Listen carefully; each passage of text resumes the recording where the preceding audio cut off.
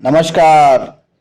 आय छे भारत और न्यूजीलैंड के मैच और T20 विश्व कप में भारत के न्यूजीलैंड के खिलाफ अगर रिकॉर्ड के बात करी तो आज तक कहियो भारतीय टीम T20 विश्व कप में न्यूजीलैंड के खिलाफ जीत नहीं हासिल कर सकल अछि। और आईसीसी इवेंटे के बात करूं यानी कि विश्व कप, एक दिवसीय विश्व कप, चैंपियंस ट्रॉफी आ T20 विश्व कप के बात करूं तो 2003 के बाद से संभवतः भारतीय टीम न्यूजीलैंड के नहीं हरा पेले आईसीसी इवेंट में। तो इतिहास पूर्ण रूप से भारत के खिलाफ, लेकिन जेना पाकिस्तान के विरुद्ध इतिहास पाकिस्तान के खिलाफ रहे तैयो पाकिस्तान पहिल अपन जीत भारत के ऊपर दर्ज केलक तो इतिहास बदलल जा सकै छै।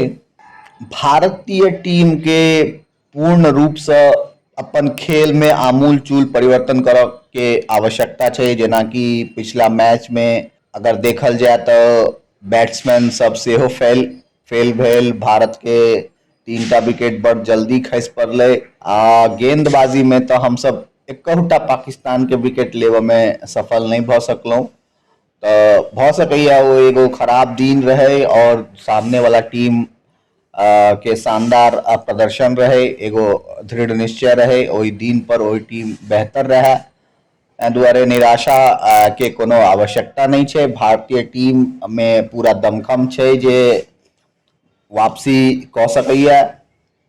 निश्चित रूप से भारतीय टीम वापसी करत, यह हमर सबके आशा है। और देखे छिए जे न्यूजीलैंड के ऊपर केना भारतीय टीम अपन पहिल जीत दर्ज करत।